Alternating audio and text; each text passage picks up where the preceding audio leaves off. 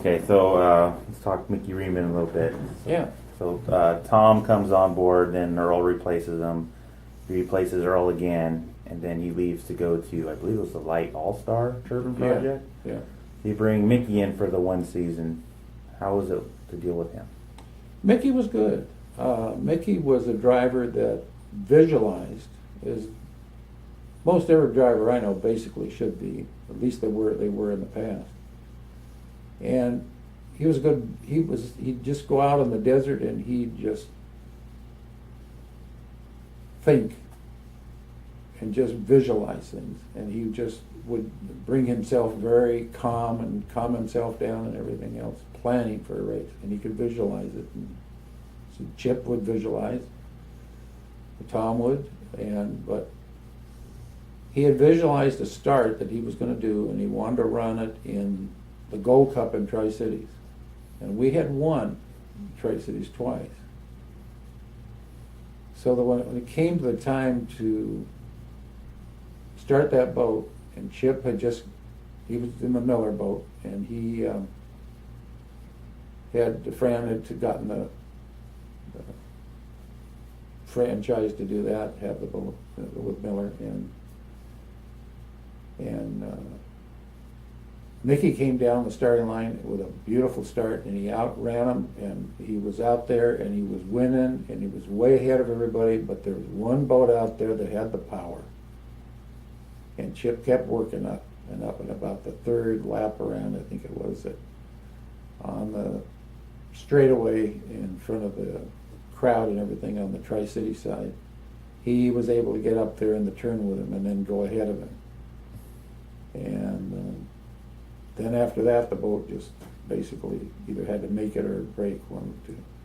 I think if I remember right, you guys were leading most of that race. Oh, yeah. And then I think the motor blew, and that's when Chip caught up. Finally, but I don't think he actually beat you in terms of racing. He beat you because your motor went. That's what I say. It just kind of didn't make it around the 5 laps that it was supposed to go.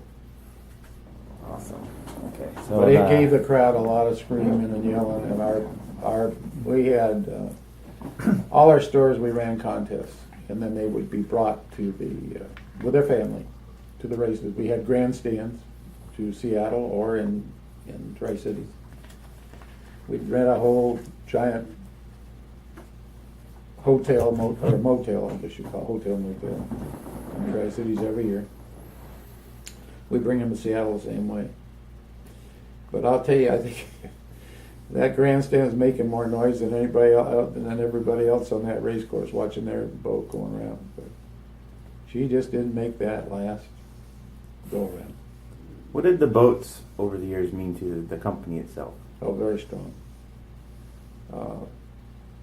For years in building stores, I got to where I couldn't be the person that walked in all the time and knew the people, and that would, as you get to 30 and 40 stores, you go in a phase. You got 3 stores, 6 stores, 12 stores, 24, and then you have to restructure all this. So about the 12th or the 24th store, we restructured to the theory of what could we replace?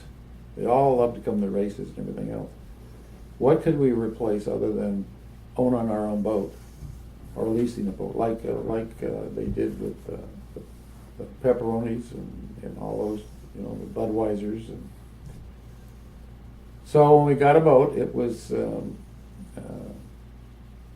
personnel director was Chip, and they, he'd go out to all the stores, and we bought a Lincoln Thrift. I bought a couple of other boats, so we had display boats, and we were in the malls all the time.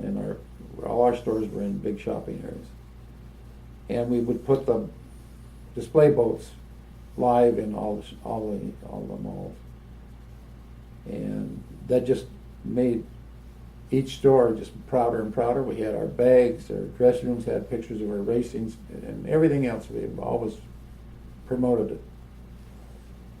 And so putting the boats all together like that, and having them display, that created, and when we did a boat, a display boat or a regular boat, our trucks everything.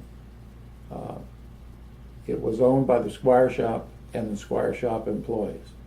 I never had to be a Bernie Little. I never had to be Dave Herringsburg or anybody else. I was just proud of our people. And it was the fans' boat, and it was their employees' boat. And when the owner of the U.S.